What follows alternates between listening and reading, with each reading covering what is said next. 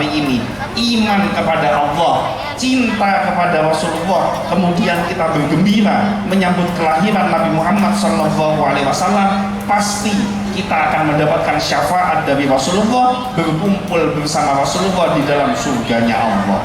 Maka Waalaikumsalam warahmatullahi wabarakatuh.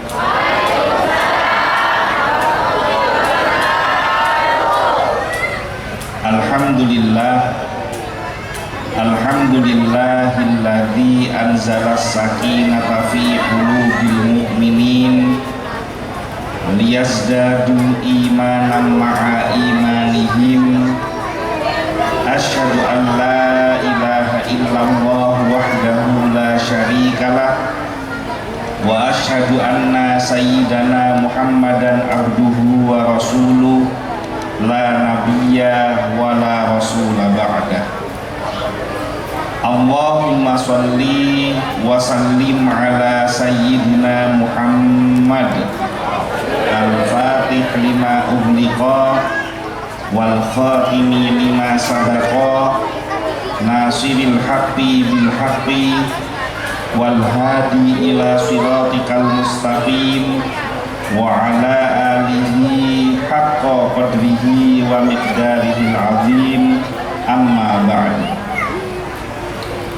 Kepada yang saya hormati dan yang saya muliakan, para alim ulama, para kiai, para ustadz, para guru ngaji, tokoh masyarakat, kepada yang saya hormati Ketua Takmir Masjid Besar Al-Istiqomah beserta seluruh pengurus takmir, hadirin hadirat rahimakumullah.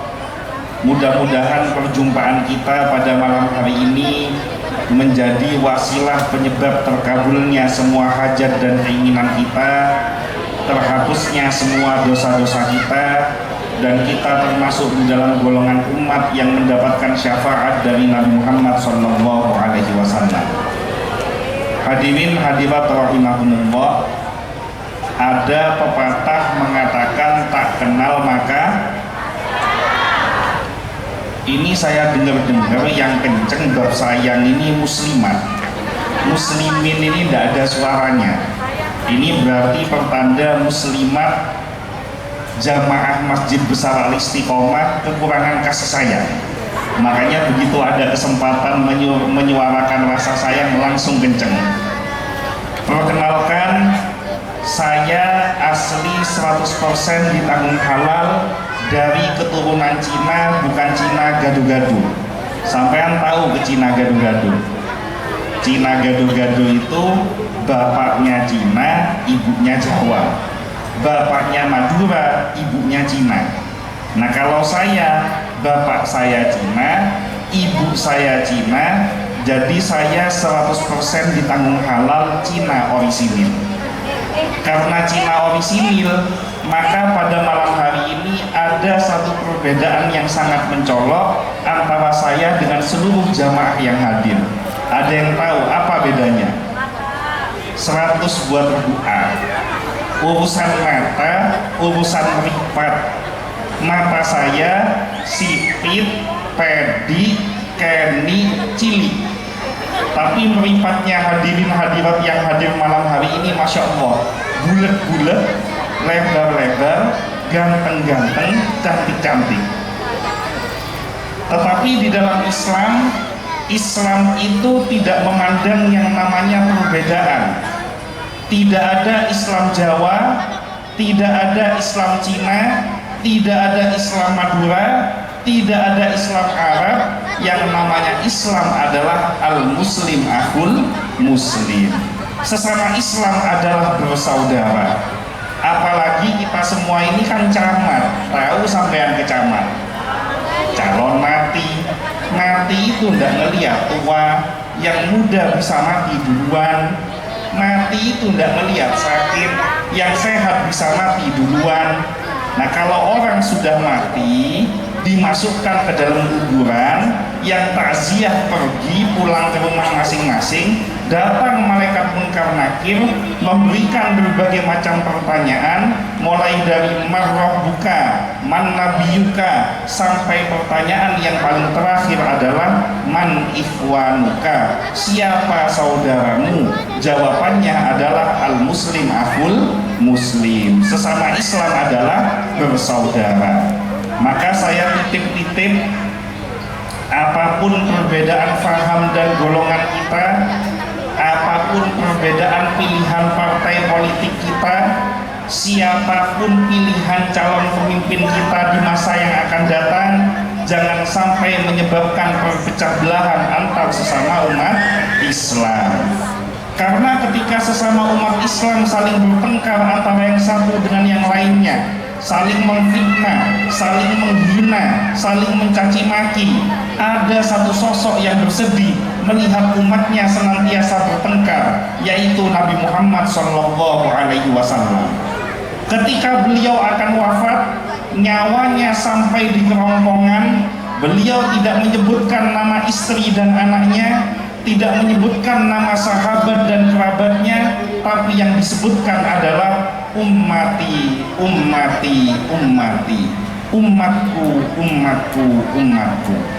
Maka kalau kita mengaku cinta kepada Nabi Muhammad SAW, wajib hukumnya sesama Islam menjaga kerukunan, persatuan dan kesatuan antar sesama umat Islam. Saya oleh kedua orang tua saya dikasih nama Wi Chin Hai. Bagus apa jelek? Bagus apa jelek? Bagus, diselamatin nama ini, jangan dibilang jelek. Tapi lebih bagus lagi setelah almarhum bapak saya masuk Islam. Bapak saya asalnya agamanya Katolik, ibu saya asalnya agamanya Katolik. Masuk Islam pada tanggal 3 Maret tahun 1984. Yang mengislamkan adalah almarhum Kiai Haji Raden As'ad Syamsul Arifin, pengasuh Pondok Pesantren Salafiyah Syafi'iyah Sukoharjo Asembagus Situbondo. Setelah almarhum bapak saya masuk Islam, beliau berusaha menjalankan semua yang diajarkan di dalam Al-Quran. Termasuk di dalam Al-Quran ada satu ayat yang berbunyi, ya ayyuhalladzina amanu udkhulu fis-silmi kafah. Wahai orang-orang yang beriman, masuklah engkau ke dalam Islam secara keseluruhan. Jadi bapak dan ibu kalau jadi orang Islam itu jangan setengah-setengah, jangan nanggung-nanggung. Karena zaman sekarang ini banyak orang Islam, Islamnya Islam KTP. Nah, gimana Islam KTP itu? Semua umat Islam tahu yang namanya sholat wajibnya 1 hari 5 kali. Tapi berapa banyak umat Islam zaman sekarang 5 hari belum tentu 1 kali sholat. Makanya kenapa yang melarat pancet melarat, yang punya utang pancet punya utang, yang susah pancet susah, karena hubungan dengan Allah sangat jauh. Nah, setelah almarhum papa saya masuk Islam, beliau berusaha menjalankan semua yang diajarkan di dalam Al-Quran, termasuk dalam urusan memberikan nama kepada anak. Saya oleh almarhum papa saya dikasih nama Muhammad Nasrullah. Bagus atau jelek? Bagus, cocok, pas ke namanya orang Islam. Karena zaman sekarang ini banyak orang Islam kalau punya anak merasa tidak pede dikasih nama Islam. Lahir bulan Januari dikasih nama Januarto, lahir bulan Februari dikasih nama Febrianto. Begitu lahir bulan Maret bingung mau dikasih nama siapa, akhirnya dikasih nama Marto. Ini ada di Bondowoso, di sebuah desa. Bapaknya Madura, ibunya Madura, punya anak laki dikasih nama Cong Eni. Siapa namanya? Cong Eni. Ini bapak dan ibu tidak mikir, Umpama si Cong Eni ini ketika dewasa mendapatkan rahmat dari Allah jadi kiai, diundang acara Maulid Nabi di Masjid Besar Al-Istiqomah, terus Ustadz Suwandi sebagai MC menyambut, kepada yang terhormat Al-Mukarram Kiai Haji Cong Eni dipersilakan memberikan tausiah. Nah, ini tanda cocok. Jadi hati-hati, waspada memberikan nama kepada anak, karena nama membawa pengaruh. Nama adalah doa. Seperti saya dikasih nama Muhammad Nasrullah. Muhammad artinya manusia terpuji, Nasrullah artinya orang yang selalu mendapatkan pertolongan dari Allah. Alhamdulillah, saat melarat-melaratnya saya minimal nyari utangan gampang. Nah, ini biasanya kalau ketawa utangnya banyak, tambah kenceng ketawanya tambah banyak utangnya.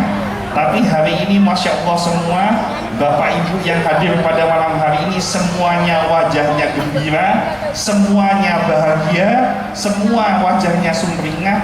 Kenapa? Karena kita bersama-sama hadir bergembira menyambut kelahiran manusia yang paling mulia, yaitu Nabi Muhammad SAW.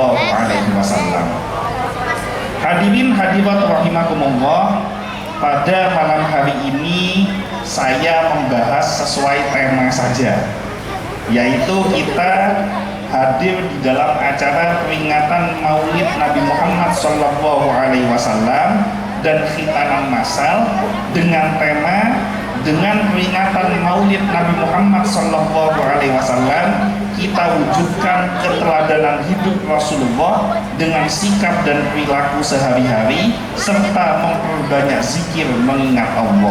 Ini temanya kok panjang sekali. Saya bahas yang pertama, yaitu tentang peringatan Maulidur Rasul Muhammad SAW.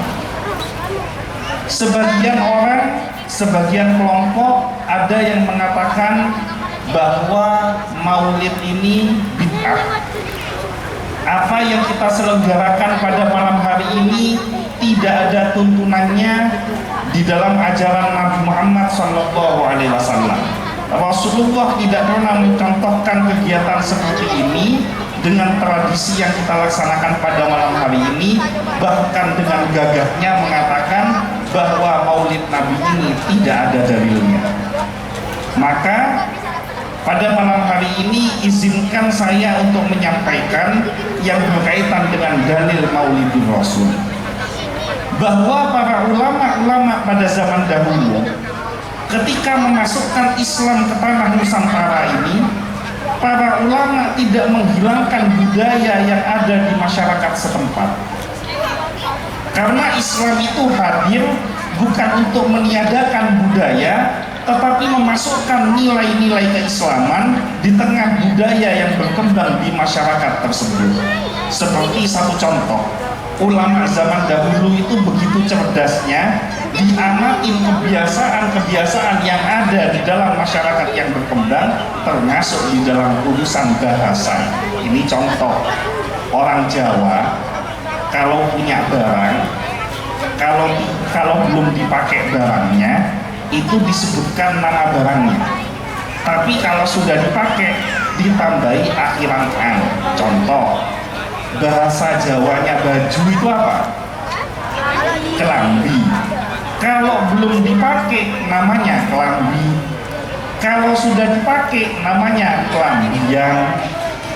Sarung, kalau belum dipakai namanya sarung, kalau sudah dipakai namanya sarungan.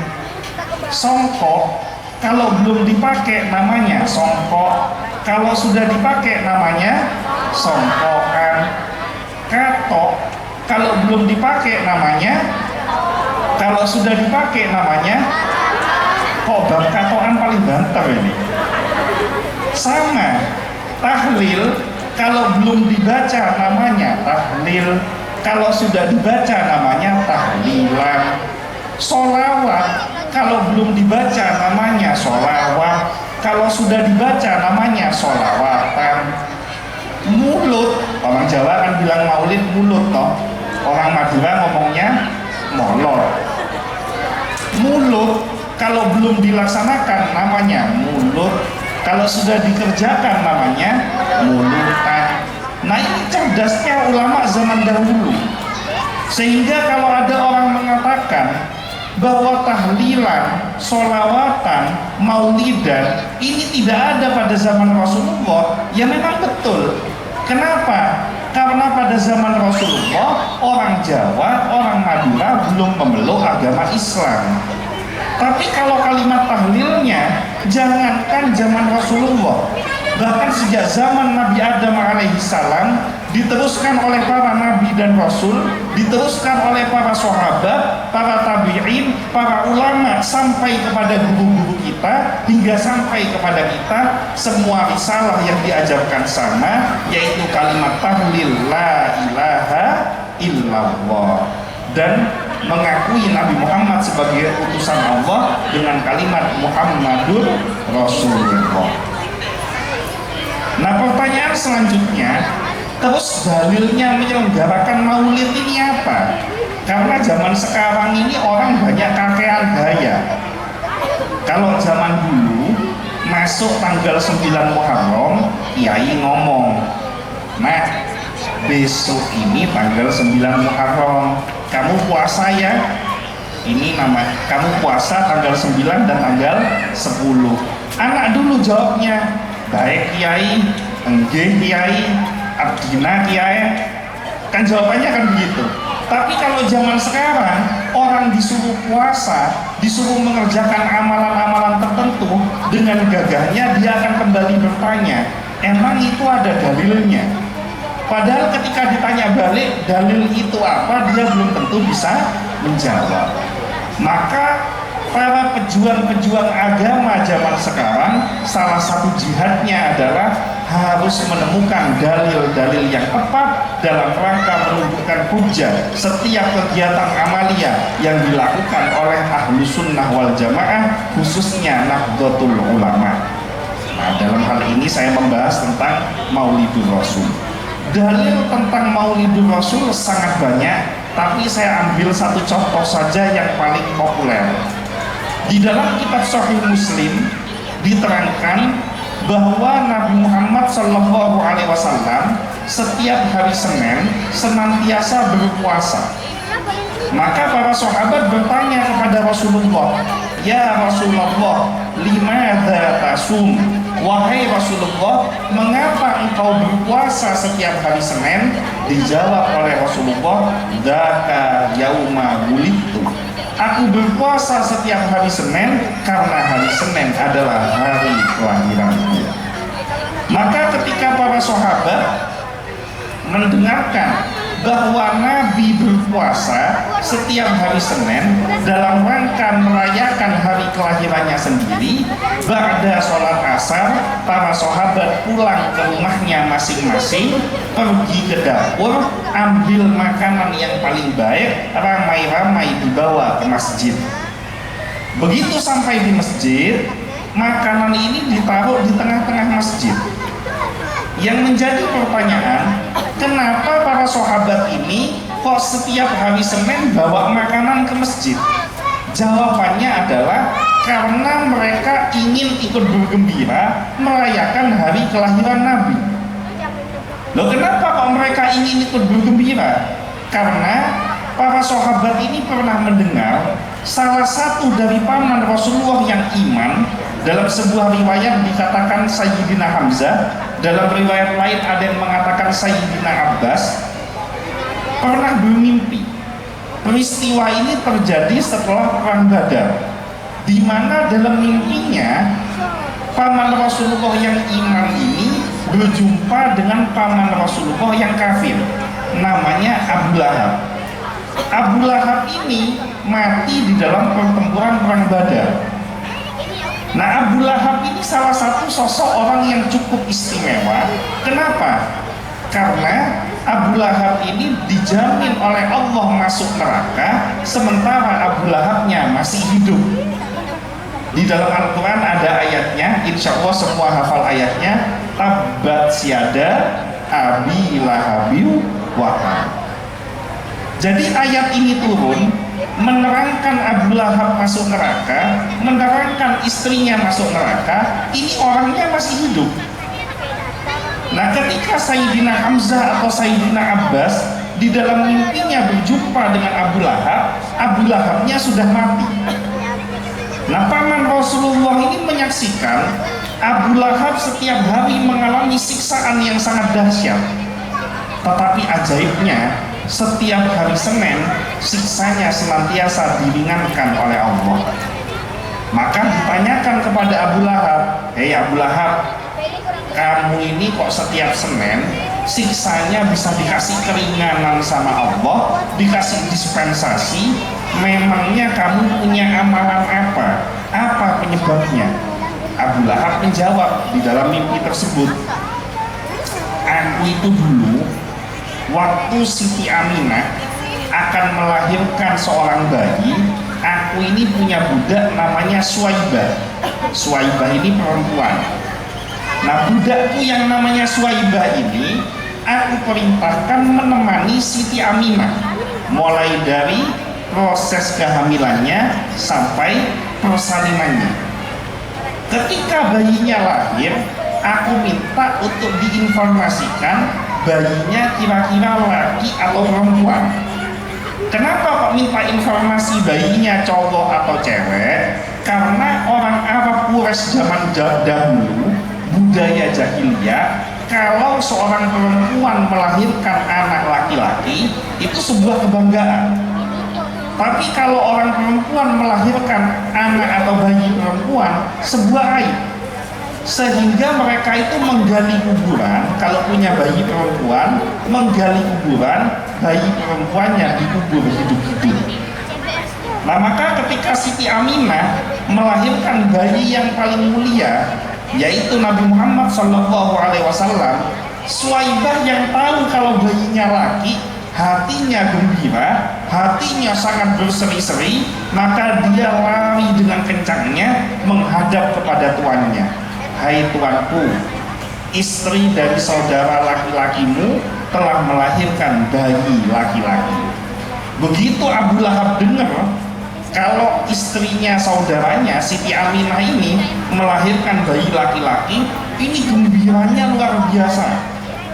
Saking gembiranya Abu Lahab, Suwaibah yang statusnya budak dimerdekakan.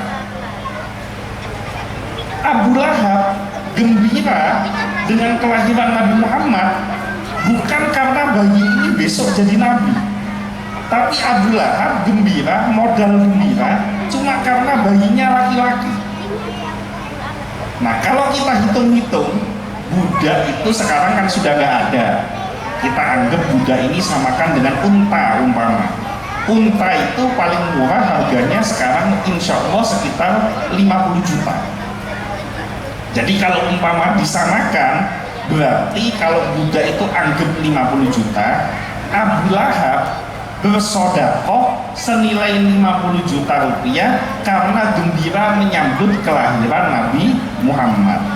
Kira-kira ada atau tidak jamaah Masjid Besar Al-Istiqomah menyambut kelahiran Nabi Muhammad sodakoh senilai 50 juta?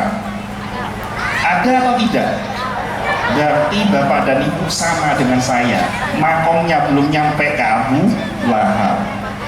Nah, Abu Lahab ini gembira bukan karena bayinya besok jadi nabi, tapi Abu Lahab gembira hanya karena bayinya laki-laki. Nah, secara kebetulan bayi yang laki-laki ini adalah bayi yang besok jadi nabi. Nah, karena gembiranya Abu Lahab ini, oleh Allah diringankan siksanya setiap hari Senin. Maka ketika para sahabat mendengarkan kabar seperti ini, para sahabat mikir, Abu Lahab yang kafir kepada Allah, ingkar kepada Rasulullah, bahkan dijamin masuk neraka ketika Abu Lahab masih hidup, hanya karena gembira menyambut kelahiran Nabi, bukan karena besok jadi Nabi, tapi gembira karena bayinya laki-laki. diringankan siksanya oleh Allah.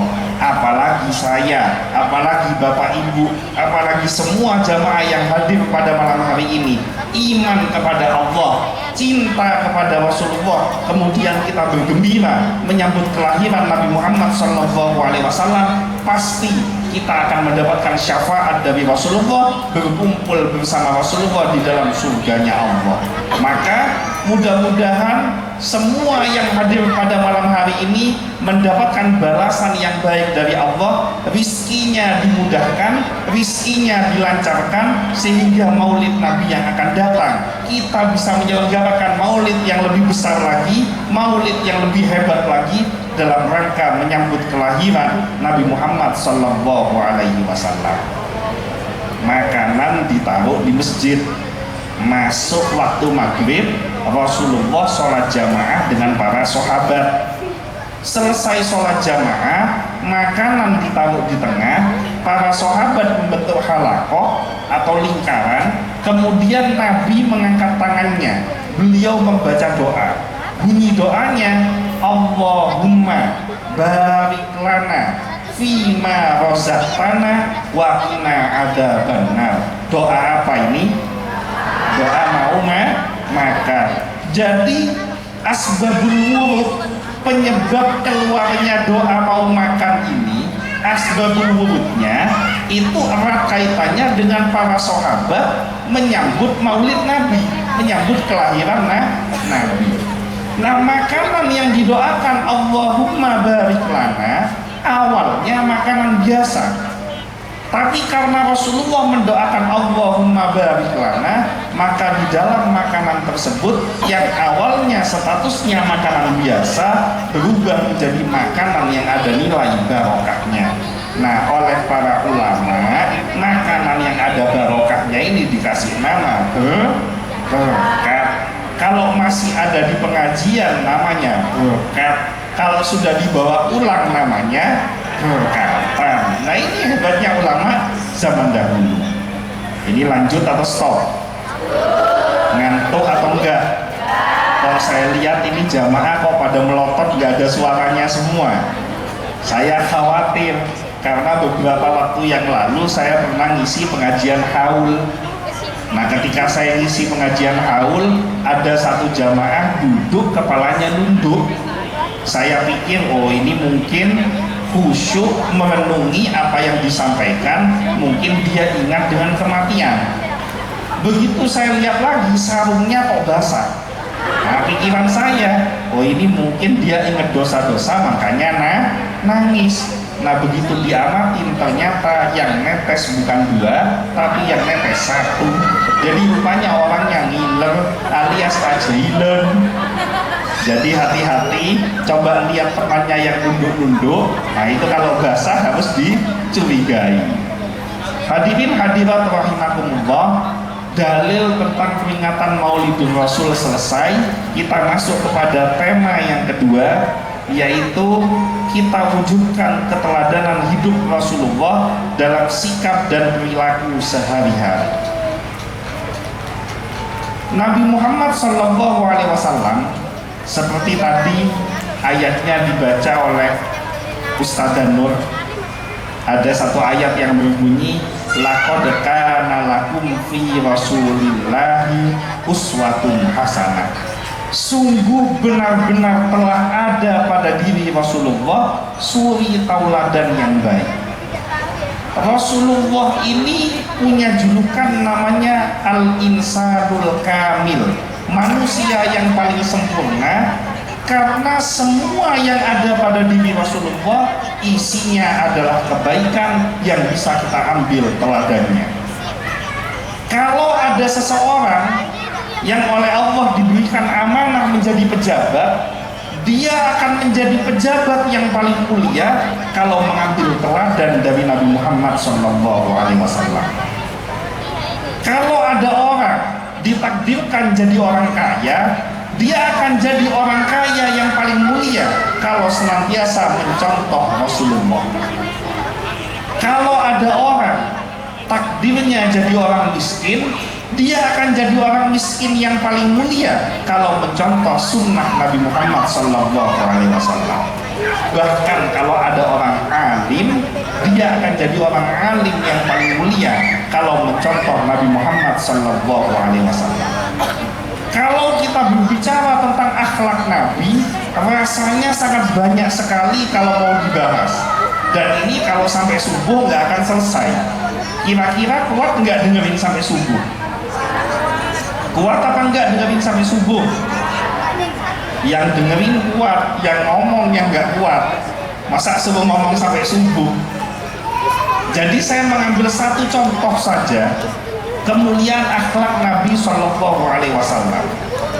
Nabi Muhammad ini mendapatkan satu predikat yang sangat mulia dari Allah, yaitu Sayyidul Anbiya wal Mursalin, tuannya para nabi dan rasul, pemimpinnya para nabi dan rasul. Dari Nabi Adam sampai Nabi Muhammad, ini tuannya, imamnya, pemimpinnya Nabi Muhammad. Bahkan saking mulianya Nabi Muhammad, dalam sebuah riwayat diterangkan, Nabi Musa pernah mengatakan, kalau seandainya aku boleh milih jadi nabi atau jadi umatnya Nabi Muhammad, niscaya akan aku tinggalkan jabatan kenabianku, aku lebih memilih menjadi umatnya Nabi Muhammad SAW. Saking mulianya statusnya umatnya Rasulullah. Nah pertanyaannya, kenapa Nabi Muhammad ini punya predikat yang paling mulia di antara para nabi dan rasul, punya kedudukan yang paling mulia di antara nabi dan rasul? Jawabannya adalah Nabi Muhammad memiliki kesabaran di atas rata-rata dibandingkan para nabi dan rasul. Nah ini ditunjukkan di dalam peristiwa ketika Rasulullah berdakwah ke Taif. Pada waktu itu Rasulullah mendapatkan ujian yang luar biasa. Pertama, istri yang dicintainya wafat. Tidak lama kemudian paman yang dicintainya juga wafat. Istrinya Siti Khadijah, pamannya Abu Thalib. Ketika beliau dalam keadaan sedih sumpah, sementara umatnya yang ada di Quraisy, kaumnya yang ada di Mekah ini menentang dakwah beliau, beliau kepingin refreshing. Jadi nggak cuma kita kepingin refreshing, Rasulullah ini juga kepingin refreshing. Jalan-jalan ke Taif dengan niat berdakwah di Taif, siapa tahu bisa mendapatkan pengikut yang iman kepada Allah. Begitu sampai di Taif, ternyata penolakan penduduk Taif ini lebih kejam daripada kaum Quraisy. Rasulullah ini dilemparin batu dan kerikil. Bahkan mungkin bagi jamaah yang pernah sampai ke Taif, itu kelihatan sekali di mana para penduduk Taif yang ada di atas bukit ini melempari Rasulullah yang posisinya ada di bawah. Di dalam sebuah kitab Maulid diterangkan, saking banyaknya batu yang mengenai jasad mulia Rasulullah, bercucuran darah Rasulullah sampai sandalnya menggenang darah. Jadi sandal Rasulullah ini sampai tergenang darahnya. Akhirnya Rasulullah melarikan diri bersama anak angkatnya Zaid bin Harisah. Ketika selamat dari kejaran orang Taif, duduk di sebuah pohon anggur, turunlah malaikat. Ya Rasulullah, saya ini tidak terima kekasih Allah kok diperlakukan seperti ini. Jadi kalau diizinkan, itu gunung Taif itu saya mau angkat, saya antemin aja semua penduduk Taif biar mati aja semuanya. Kira-kira kalau ada orang wirologi, penduduk wirologi, jamaah Masjid Besar Al Istiqomah, habis dilemparin batu sampai keluar darah, kemudian malaikat datang, Pak, Bu, saya tidak terima Bapak diperlakukan seperti ini. Itu yang ngelemparin batu, saya ambilkan gunung, saya antemin aja biar mati sekalian. Kira-kira Bapak dan Ibu jawabnya gimana? Ini kalau orang Madura jawabnya, betak mare lah malaikat, mak bengkal lah bengkal. Habis ya habis sudah. Tapi apa jawaban Nabi Shallallahu Alaihi Wasallam? Beliau tidak menjawab apa yang diucapkan oleh malaikat, justru beliau mengangkat tangannya dan berdoa, menengadah kepada Allah dengan bunyi doa, Allahumma hdi qaumin fa innahu la ya'lamun. Ya Allah, kasih petunjuk kepada kaumku. Ini coba bayangkan, begitu kejamnya orang Taif menyakiti Rasulullah, Rasulullah masih mengatakan mereka adalah kaumnya. Sementara kita dengan mudahnya, hanya karena sakit hati dengan ucapan saudara kita, hanya karena sakit hati dengan ucapan keluarga kita, dengan mudahnya kita memutuskan hubungan persaudaraan, memutuskan hubungan tali silaturahim. Tapi Rasulullah dengan akhlak yang mulianya, walaupun badannya bercucuran darah, tetap beliau berdoa kepada Allah, memohon petunjuk kepada orang yang menyakiti dirinya dengan sebutan kaumku. Bahkan ada pembelaan dari Rasulullah, fa innahu la ya'lamun. Mereka mengerjakan seperti ini karena mereka nggak tahu apa yang mereka perbuat. Sudah bikin salah, dicari pembelaan oleh Rasulullah. Maka malaikat protes, ya Rasulullah, jadi orang itu yang tegas sedikit. Kamu itu contoh itu Nabi Nuh itu. Nabi Nuh diangkat jadi nabi umur 50 tahun. Umur 850 tahun, 800 tahun jadi nabi, pengikutnya cuma 80 orang. Jadi 10 tahun dapat satu. Setelah 800 tahun berdakwah, pengikutnya cuma 80 orang. Nabi Nuh ini menyerah, mengangkat tangannya, ya Allah, ini sudah gak bisa dibenerin ya Allah. Kalau orang-orang ini dibiarkan hidup, ini cuma bikin sesat dunia, keberak selah, buat sesak dunia. Kalau mereka dibiarkan hidup punya anak, anaknya pasti akan jadi kafir. Kalau dibiarkan hidup lagi punya cucu, cucunya akan kafir, semua keturunannya akan kafir. Maka musnahkan saja ya Allah, supaya yang hidup di dunia ini, yang tersisa di dunia ini adalah orang-orang yang menyembah Engkau. Maka turunlah peristiwa banjir dan bandar. Habis semua orang kafir disapu dengan banjir. Atau kamu contoh itu Nabi Musa ya Rasulullah. Nabi Musa itu ketika menyampaikan kepada Bani Israel untuk iman kepada Taurat, apa kata orang Israel? Ya Musa, lan nu'mina laka hatta narallaha jahratan. Wahai Musa, aku sekali-kali tidak akan iman kepada engkau kecuali aku bisa melihat wujudnya Allah secara nyata. Minta supaya bisa melihat wujudnya Allah secara nyata. Maka jengkel Nabi Musa, mohon kepada Allah, ya Allah, orang model gini kasih pelajaran aja. Kenapa? Karena sudah tidak punya akhlak, minta melihat wujudnya Allah. Maka turun pelajaran dari Allah, fa akhadatkumus sha'iqatu wa antum tanzurun. Disambar petir satu persatu, mati satu persatu, dan antara yang satu menyaksikan yang lainnya. Contoh itu Nabi Musa, hai Rasulullah. Apa jawaban Rasulullah? Wahai malaikat, jangan kamu samakan aku dengan Nabi Nuh, jangan kamu samakan aku dengan Nabi Musa.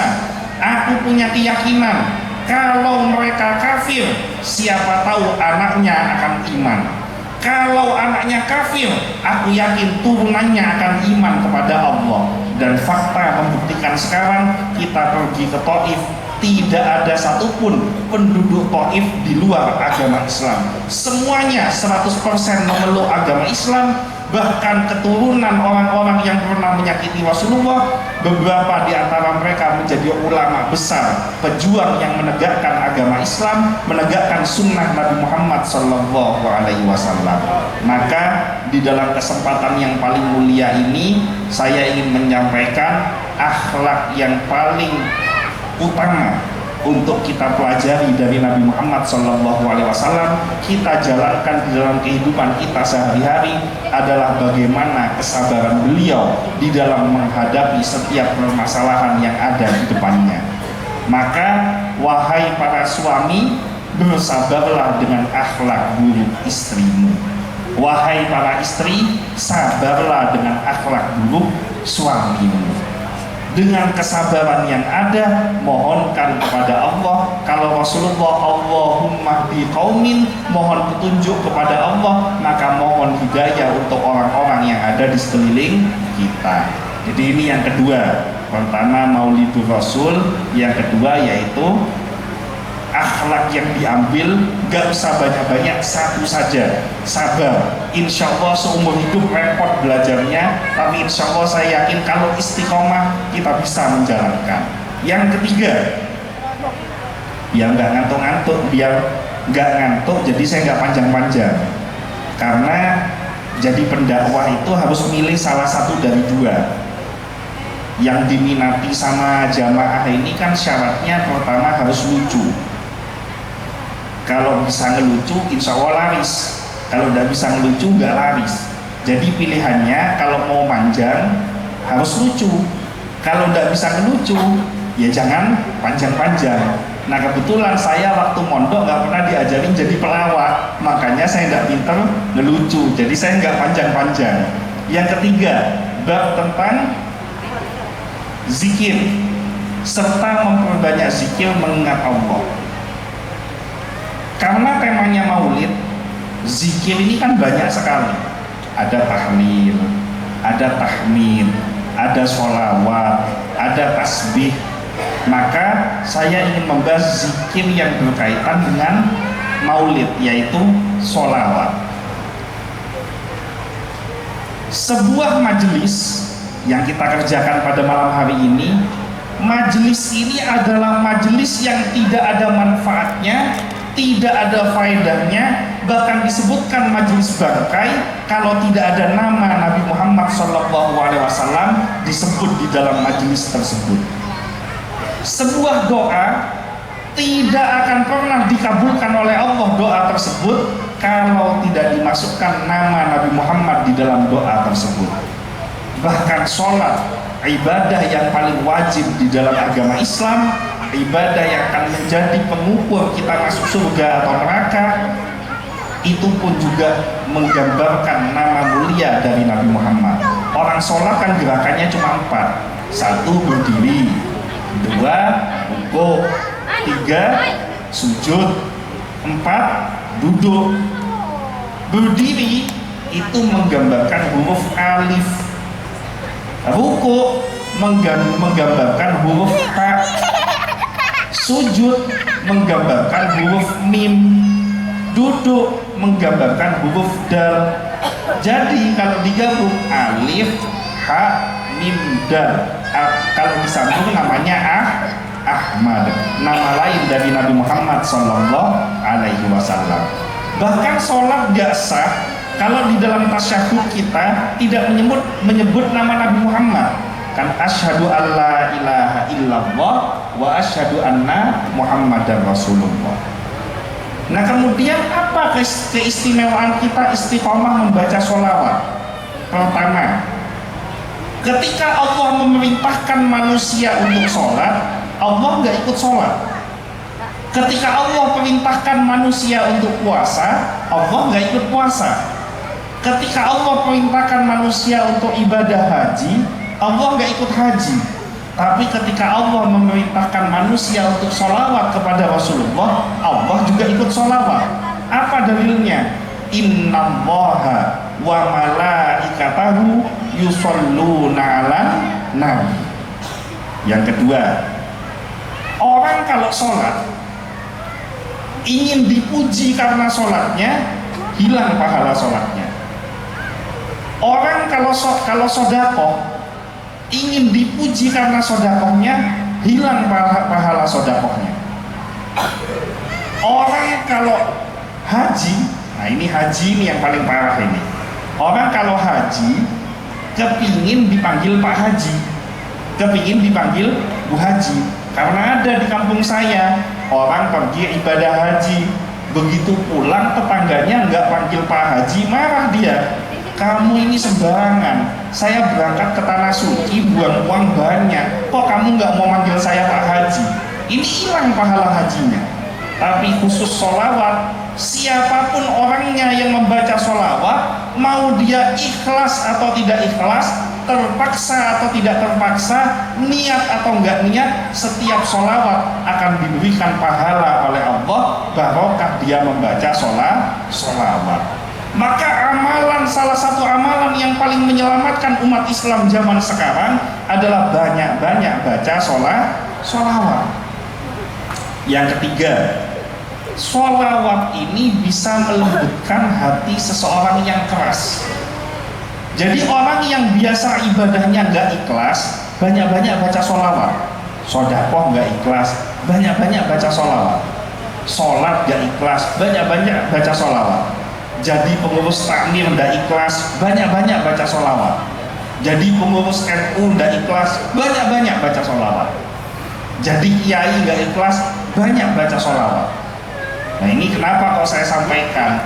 Karena saya pernah dengar almarhum Kiai Maimun Zubair ini pernah menyampaikan, siapapun yang jadi kiai, siapapun yang jadi ustadz, siapapun yang jadi pengabdi masjid, pejuang di NU, guru madrasah, siapapun yang mengabdi kepada agama dan masyarakat, wajib hukumnya punya pekerjaan sendiri. Kenapa? Karena kalau tidak punya pekerjaan, nanti arep-arep tidak ikhlas menginginkan sesuatu dari pengabdiannya. Nah, karena bab ini saya jadi ingat, saya itu pernah mendapatkan pelajaran gara-gara saya nggak ikhlas. Beberapa tahun yang lalu, saya pernah diundang ngisi pengajian Maulid Nabi, persis seperti sekarang. Mau berangkat ke pengajian, ibu saya, mama saya ngomong, kamu nggak mau makan dulu? Saya jawab, nggak usah mah. Loh kenapa? Karena nanti saya ngisi pengajian Maulid, insya Allah dikasih makan. Ini kira-kira saya mau ke Maulid ini ikhlas atau tidak? Ikhlas atau tidak? Enggak ikhlas. Kenapa? Bukan ngarep barokahnya Maulid, tapi ngarep kepingin dikasih makan di acara Maulid. Akhirnya berangkat saya. Di tengah jalan ada kiai sepuh, temennya almarhum papa saya nelpon, assalamualaikum. Waalaikumsalam. Nasrullah ya? Ya kiai, saya bisa minta tolong enggak? Loh kenapa kiai? Kamu kan diundang ngisi di acara Maulid di masjid ini, di desa ini, malam ini. Iya kiai, betul. Kebetulan saya diundang di tempat yang sama. Nah sekarang saya masih ngisi di tempat lain. Jadi saya minta tolong, nanti kamu isi dulu, jangan turun sebelum saya datang. Jadi saya suruh ngisi Maulid, suruh ceramah, tidak boleh turun sebelum kiai datang. Ya karena kiai sudah ngomong kan harus sami'na wa ata'na, nurut saya. Baik kiai. Berangkat ke pengajian, sampai di pengajian jam 7 malam. Jam 8 saya dipanggil oleh MC, naik ke podium, naik ke panggung. Saya ceramah dari zaman dulu, itu rata-rata durasi waktunya antara 30 menit sampai 1 jam. Gak pernah lewat dari 1 jam. Itu sudah lama sekali saya ceramah 1 jam. Ini saya ceramah dari jam 8, jam 9 kiai belum datang. Jam 10 kiai belum datang. Jam 11 kiai baru datang. Jadi saya ceramah berapa lama? 3 jam. Ini ceramah 3 jam luar biasa. Kepala sudah mulai pusing. Kenapa? Karena bahan sudah mulai habis. Yang namanya badan keringetan luar biasa. Yang namanya perut sudah mulai keroncongan. Kenapa? Karena berangkat ke pengajian belum makan. Jadi dalam hati ini, kok kiai kok nggak datang ya? Ini saya sudah lapar ini. Begitu jam 11 kiai datang, hati saya langsung ngomong, alhamdulillah kiai sudah datang. Ini tidak lama saya pasti makan ini. Jadi nggak ikhlas, tetap kepingin makan. Saya turun, kiai naik. Prediksi saya, kiai ini ceramah tidak mungkin lama, karena sudah jam 11 malam. Paling 15 menit doa selesai sudah. Jadi saya ketika panitia datang, mari Ustadz silahkan makan. Saya bilang dengan gagahnya, karena saya yakin kiai nggak akan lama. Oh jangan makan dulu, kiai sepuh belum makan kok saya yang muda mau makan. Ini kan suul adab. Jadi biar nunggu kiai selesai ngisi pengajian, nanti turun kita makan sama-sama, karena saya yakin kiainya nggak lama. Ternyata prediksi meleset, kiai ceramah dari jam 11 sampai jam 1 malam, 2 jam enak ceramah. Saya di bawah ini mulai pucet sampai masuk angin karena nggak makan. Nah begitu kiai jam 1 malam angkat tangan doa, hati saya alhamdulillah akhirnya kiai doa. Ini bentar lagi saya makan beneran ini. Begitu kiai turun, panitia datang, kiai, mari silakan makan kiai. Loh ternyata prediksi meleset lagi. Kiai jawab, sudah, ini waktunya sudah malam, sudah jam 1 malam. Saya usia sudah tua, saya ini kena asam lambung, gak biasa makan malam. Jadi saya gak usah makan, saya pamit pulang aja. Karena kiai sepuh pamit pulang, saya akan sungkan mau ikut makan. Jadi saya ikut pamit pulang. Tapi dasar setan, rencana makan di maulid gagal, hati ini tetap digoda sama setan. Ya sudahlah, dah makan di maulid gak apa-apa, toh pulang saya dikasih berkat, nanti saya makan berkat aja di rumah. Begitu saya salaman dengan panitia, kok saya lihat panitia ini tidak ada tanda-tanda pergerakan. Saya husnudzon, oh paling panitia tadi waktu saya ceramah nggak bilang-bilang berkatnya sudah masuk ke mobil, jadi saya nggak tahu. Husnudzon saya naik ke mobil, berangkat, saya pulang. Begitu di tengah jalan, panitia nelpon, saya kaget karena seumur hidup pengajian biasanya panitia itu nelponnya sebelum pengajian terlaksana. Assalamualaikum Ustadz, sudah sampai mana? Jangan lupa nanti pengajian, semoga Ustadz sehat. Itu perhatiannya sebelum pengajian. Kalau sudah pengajian, panitia tuh nggak ada yang nelpon. Apa saya pulang nyosop, apa saya pulang nggak selamat, apa gimana, nggak ada yang nelpon. Ini kok tumben perhatian sekali panitia yang satu ini. Assalamualaikum Ustadz. Waalaikumsalam. Ada apa? Ustadz, saya mohon maaf. Loh memang kenapa? Berkatnya Ustadz ketinggalan gitu ya. Masa saya mau bilang ya sudah saya balik lagi, kan nggak mungkin. Jadi saya bilang sudah nggak apa-apa biar. Akhirnya rencana makan di maulid gagal, rencana makan berkat juga gagal. Pulang nyampe rumah jam 2 malam, pergi ke meja makan, dibuka tutup meja makan, makanannya habis. Saya nanya, Ma, ini makanan kok habis kemana? Ya tak bagikan ke tetangga. Loh kenapa kok dibagikan ke tetangga? Kan katanya kamu makan di maulid, daripada mubazir saya sodakokan aja ke tetangga. Akhirnya ada cerita, Ustadz ngisi pengajian maulid, pulang malam-malam jam 2 malam, tanak nasi sendiri, goreng telur sendiri, makan sendiri. Nah mulai dari itu saya kapok, saya nggak berani pergi ke maulid itu ngarep macam-macam lagi. Saya nggak kepingin dikasih makan, saya nggak pingin dikasih macam-macam. Jadi ini panitia saya kasih tahu, tadi saya sebelum jalan itu sudah makan dulu. Umpama nanti nggak dikasih makan, nggak apa-apa, aman, sudah kenyang. Jadi hadirin hadirat yang dimuliakan oleh Allah, keikhlasan ini sesuatu yang sangat penting di dalam menjalankan ibadah kepada Allah.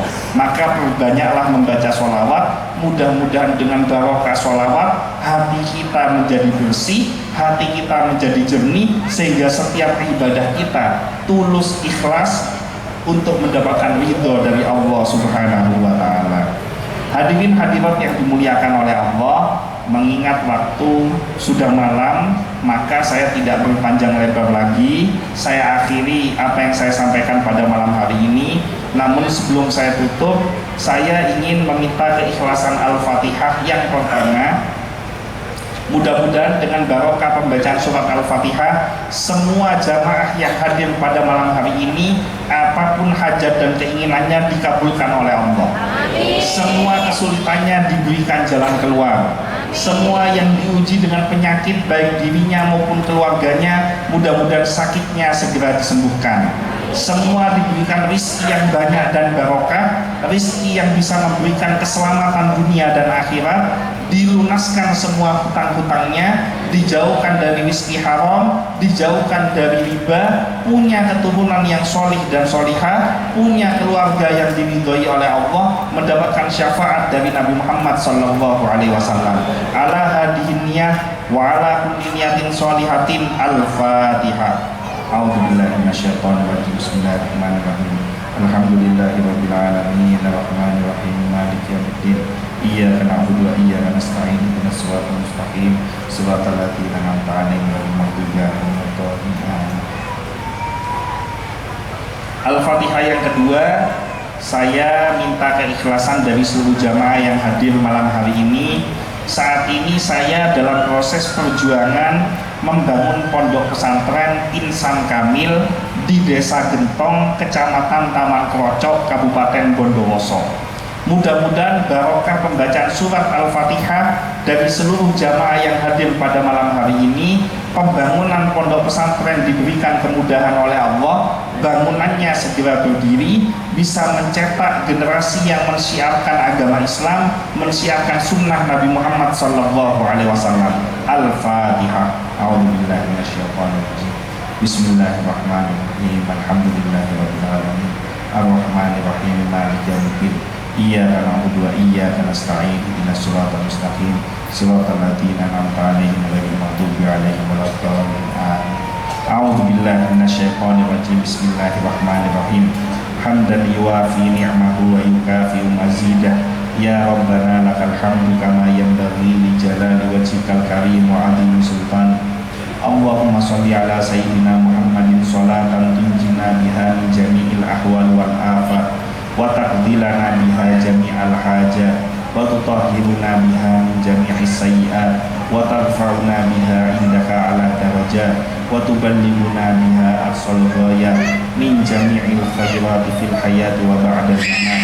Rabbi firli wa liwalidayya warhamhuma kama rabbayani shaghira. Rabbana hab lana min azwajina wa dhurriyyatina qurrata a'yun waj'alna lil muttaqina imama. Rabbi ja'alni muqimas sholati wa min dhurriyyati rabbana wa taqabbal du'a. Allahumma jammilna bil afiyati was salamah wa haqiqna bit taqwa wal istiqamah wa a'idna min mujibatin nadamah. Innaka sami'ud du'a. Rabbi fanfa'na bi barakatihim wahdina al-husna bi hurmatihim wa amitsna fi tariqatihim wa mu'afatin minal fitani. Rabbana atina fid dunya hasanah wa fil akhirati hasanah wa qina adzabannar. Subhana rabbika rabbil izzati amma yasifun wa salamun alal mursalin walhamdulillahi rabbil alamin. Al-Fatihah. Alhamdulillahirabbil alamin arrahmanir rahim maliki yaumiddin. Iyyaka na'budu wa iyyaka nasta'in ihdinas siratal mustaqim siratal ladzina an'amta 'alaihim ghairil maghdubi 'alaihim.